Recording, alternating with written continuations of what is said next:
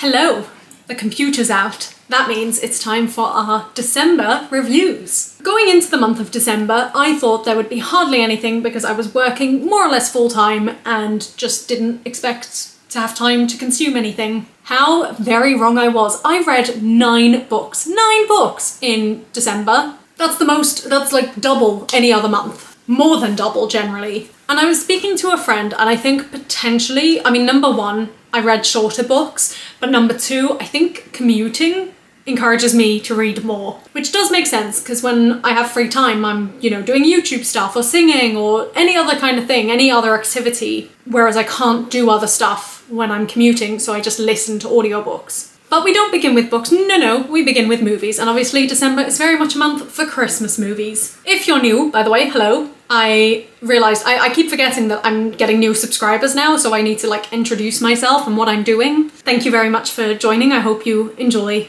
what I put out there, and if you have any suggestions or anything you'd like to see, feel free to comment down below. Every month I do a recap of the things I consumed: movies, TV, books, theatre, music, anything I can think of. And 90% of the time it's something positive, and probably less than 10% actually of the time I maybe don't like it as much. But I just share these things with you so that if you're looking for things to consume yourself, you can just have some inspiration. I do have very strange taste though, so it may not be for you. Also, I'm just going to take this opportunity to say that as of January, I will be doing my favourites and my 1 second a day in the same video. So I will always start with my favourites and then at the end I'll just tack on the extra minutes of 1 second a day, and then at the end of the year I'll still do my overall 1 second a day of the entire year. If it doesn't make sense to you now, don't worry, it's more for me than for you. Anyway, let's start with movies. I've got 5.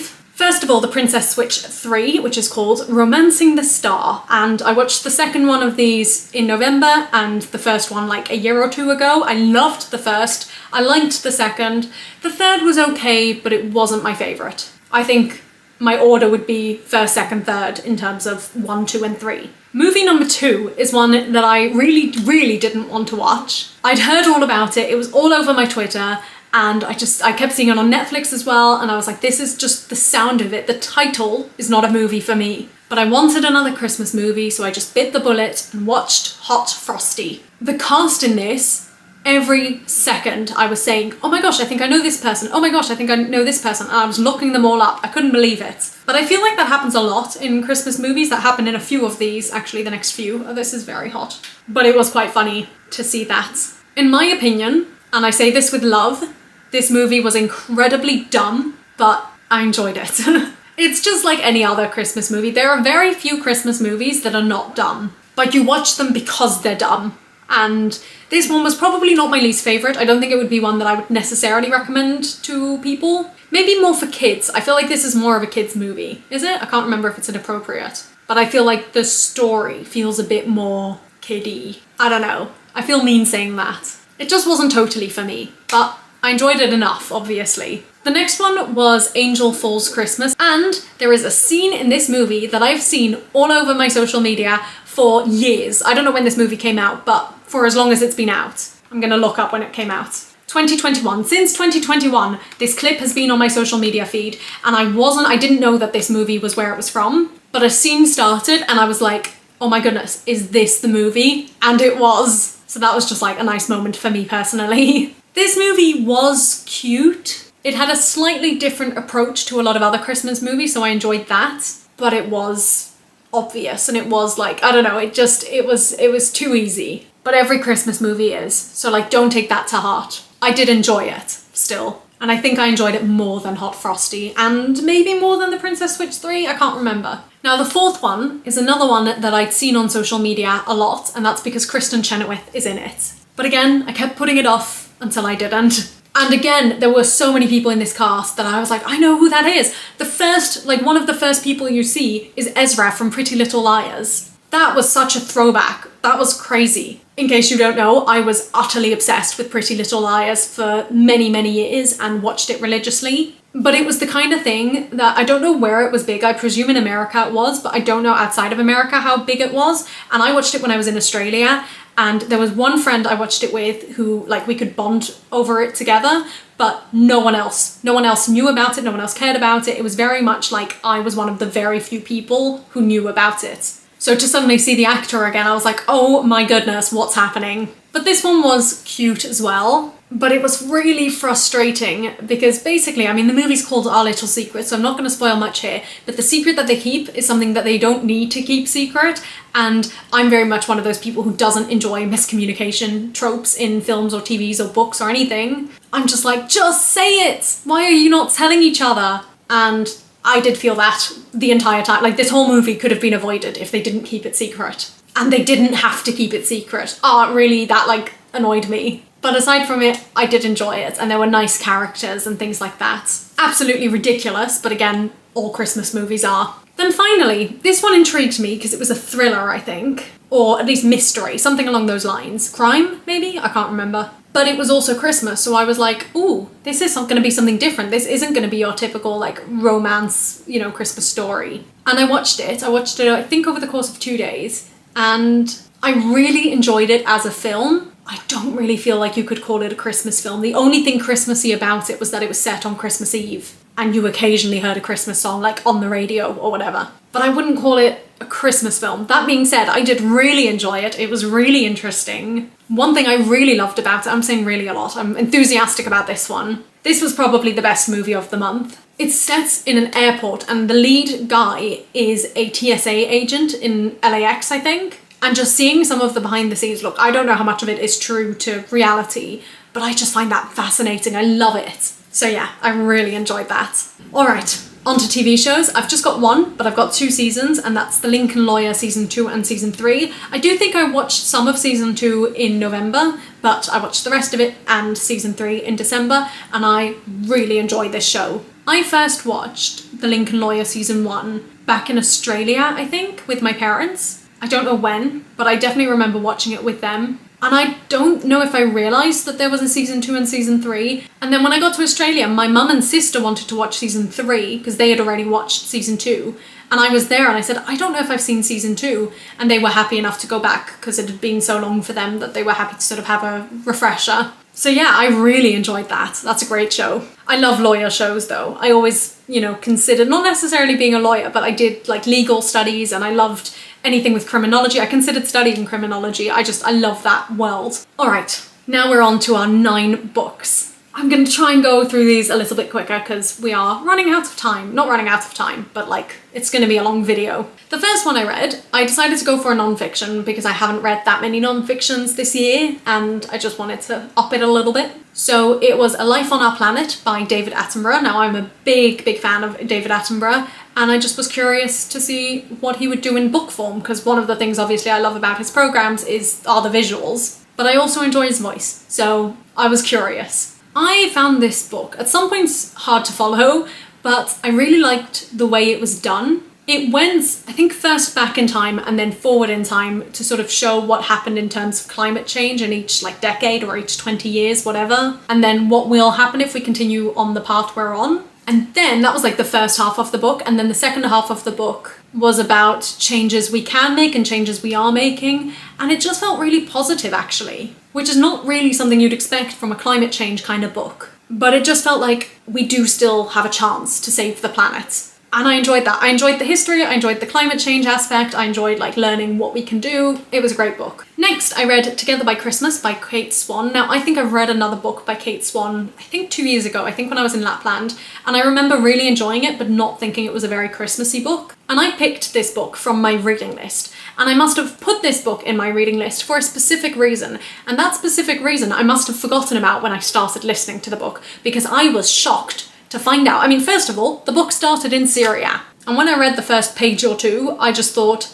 how is this going to be a Christmas book? That was chapter 1, and then chapter 2 was set in Holland during Sinterklaas, and I was like, what's going on? And so I think I must have read in the blurb that it was set in Amsterdam, but I'd completely forgotten about that when I started reading it, but I loved it. Obviously, yeah, I liked the characters and I liked the story, and it was interesting, and there was a little bit of mystery, and it was cute. The characters were very lovable, like there was a lot to like about it. But for me, the thing that really sold it to me was that it was set in Holland. And it was just so nice to hear about sort of the Dutch traditions, and she's an English character, the main character. So it was nice to hear her sort of explain, this is not what they do in Holland, but it is what we do at home, or like, I've taken on these Dutch traditions. I just really enjoyed hearing that and reading that.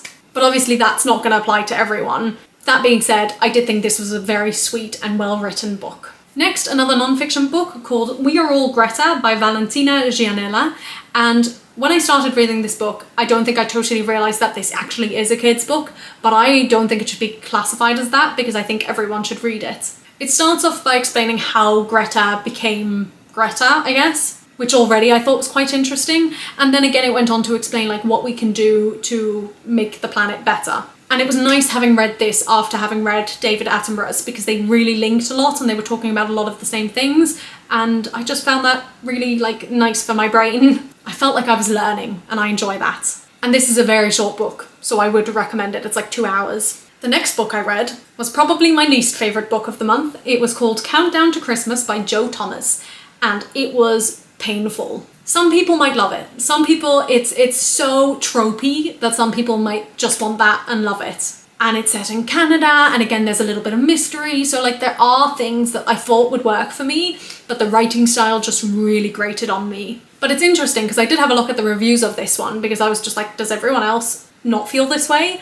And it's very split. Some people are completely on the same page as me in terms of like it's a bit too on the nose, and then other people are like, this is gorgeous. So very much take it with a grain of salt. I just found it quite childish, to be honest. And there was a line, that's why I'm getting my phone out, because I wrote it down. Generally when I'm listening to audiobooks, I don't really like show any expression on my face. I'm just like listening in my head and that's fine. And this book, as it was going along, as I say, I was struggling, but I was keeping my face expressionless. And then one day I was on a bus on the way to work and this line was said and I genuinely rolled my eyes and like pulled a face. I was like, so the line was, like maple syrup on pancakes, it makes you feel someone cares. Maybe I'm missing something, but that doesn't make any sense to me whatsoever. I couldn't contain my face when I read that line. So yeah, that wasn't the one for me. Next, another short one, Poppy's Christmas Cracker by Lee Russell. Now I believe this might be part of a bigger series with Poppy, but I didn't know about that. I just wanted a short, again, mystery Christmas book. The crime element, which is the reason why I picked this book, wasn't super prevalent, and that was a shame to me. I think it took about half of the book before the crime even happened, and it was just like not such a big part of it, and it was also very predictable. And then I've written here stupidly romantic in a way I could not understand, and I don't know what that's in reference to, but I do know that this happens to me a lot in books, and I think I have spoken about this before. Because I'm aromantic or demi-romantic, I often, in not just books, in movies, TV shows, any media, and real life sometimes, I can't comprehend romantic feelings. I think I spoke about this a lot when I was reading the Julie Kaplan book series, because a lot of her writing style was that sort of immediate romance that I just don't understand. And I don't know what it's in reference to in this book. And I don't know if it's just because I'm demi-romantic or if it was something that like generally people would agree with. I don't know. Next, I read a trilogy, and this wasn't really Christmassy necessarily, but it was like wintry, I guess. And the trilogy was The Darkness, the Island, the Mist by Ragnar Jonasson. I think it's an Icelandic writer because it was set in Iceland, but I already loved that. And I didn't realise it was a trilogy. I just read the first book, The Darkness, as it was, and I enjoyed it and I found it quite interesting. And I think as I was filling in the story graph stuff, I could see comments of people saying, oh, the trilogy is really good because it goes backwards in time. And I was like, well, then I want to read the other two. And I love that working backwards, and you're reading things in the first and the third book, I suppose, so the most far back in time, and it's just like, oh, you know what's going to happen, and you want to warn the characters about things, and you can't, and oh, it's so good. So all three of these are like crime, thriller, mystery, that kind of vein. Can you tell that that's something I enjoy? So I said the first book, The Darkness, was interesting, the second book, The Island, was really good and intriguing, and the third book was good. And then the last book that I read was called The Christmas Love Letters by Sue Moorcroft. And I knew I'd read a book by Sue Moorcroft before, I didn't know which one. And I was a little bit worried as I started listening to it that maybe this was the one I'd already read, but none of it sounded familiar, so I was like, I'll just keep going. And then at some point when I went to add the book to my story graph to say I'm currently reading it, I could see that I had read it before. And only last year, not even that long ago. And I don't know what I would have said about it last year. I should go back and watch my favourites video. But until there was one moment in the book, like over halfway I think, where I was like, oh yeah, this does sound familiar. But until that moment, I didn't remember any of it. I didn't remember the characters, the story, anything. Oh, I'm running out of space on my SD card. Hang on. I hope it's capturing all this. Oh. Alright, that took me a lot longer than I wanted it to, but we've got hopefully enough to finish off this video. The problem is my laptop's run out of space too. Not good. Anyway, I think I was saying about the Christmas love letters and I didn't realise that I had already read it. I still enjoyed it. Again, very lovable characters, very enjoyable. An element of mystery and coziness, and I don't know, I just enjoyed it. I think we have now passed the halfway point. I think there's not as much left. So next up we've got a play, which I read. I still haven't seen. I read it actually once before, I think on my birthday one year, or near my birthday. I got it as a birthday gift. It's Harry Potter and the Cursed Child, and I have been waiting to see it, and there's a reason why I pushed it off for many, many years, and that reason now is no longer valid, but I still really want to see it. Although now my new reason is that I've promised to go see it with a friend, and I just need to wait until we have both time, because the problem is obviously the play is 4 acts, 2 shows, so you need a lot of time to be able to go see it. But because it had been so long since I read it, I remembered hardly anything. I remembered one of the final few scenes, and I remembered something to do with time travel, but I couldn't remember what. And it was just nice to reread it. I enjoyed it. I do feel like you need to kind of see it more as a fan fiction rather than a canon, but it's enjoyable. Next, now usually I have a music category, but I'm now changing it to music/audio. I discovered a podcast called The Rest is Entertainment, and I've gone back and started listening to it from its beginning, which I don't think was that long ago. I think it started December 2023, so it's only 2 years 1 year I need to catch up on. But it's very interesting. There's a lot of interesting things there. It's about the entertainment industry, basically. But it's talking about like current events in the entertainment industry. Obviously, I'm starting from December 2023, so it's not as relevant, but it's still interesting, and also they make a lot of recommendations of things to watch or whatever, so I enjoy that. And finally, I've got three in the other category.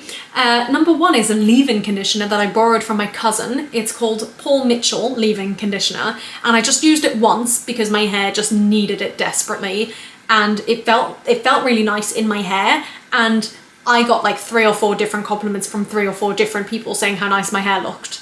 Haven't used it again since. I did have to buy a new leave-in conditioner, and I didn't buy it because it was honestly too expensive. So that just kind of gives you an idea of it being more of a higher price point, but also higher quality, obviously. And then finally, I have 2 LinkedIn games. I didn't know LinkedIn did games, and then one of my colleagues mentioned it, and I have become obsessed with them. Number 1 is Tango, which is just a very fun, easy, quick game. But number 2 is Queens, which is also reasonably quick, but I've become so obsessed with it that I found something online where you can do like a daily one as well, because 1 a day is just not enough. So I found there's a couple of websites online, but there's only one that I really like using. But more importantly, I found an app, and I'm almost done with it. I've almost completed it. That's what the homepage looks like, and it's the most like satisfying interface I've used for this game. So yeah, big fan of that. Big fan. And then finally, I always end my reviews with a song of the month, and this can be a song that's been in my head, a song that I've listened to a lot, a song that I've sung a lot, any kind of thing. And this month, or December, it was completely Christmas Bells from Rent. Just totally out of the blue, because I'm not listened to the full Rent cast recording in I can't tell you how long, and I don't even think it's on the full cast recording. I had to go to the live production version. But I just woke up one day and it was in my head, just one specific part of it, and then I just had to listen to it over and over and over again. Alright, we made it. It's taken me like over an hour to film this, but we've done it, and those are my December reviews. Let me know if you've read or watched or seen or heard of any of these things and what your thoughts are on them, and also if you have anything you enjoyed in the month of December or that you're currently enjoying, feel free to comment them down below and we can all give recommendations to one another. And I will see you all very shortly in another video. And now that I've done my December favourites, you will also shortly, at some point in the next few weeks, be getting my Storygraph wrap-up, which I haven't looked at yet. I'm so excited to have a look. But that's for another day. And I'm also going to be doing separately a book ranking of all the books I read. So keep an eye out for those things if you are curious about book recommendations and stuff like that. Alright, that is all. Goodbye.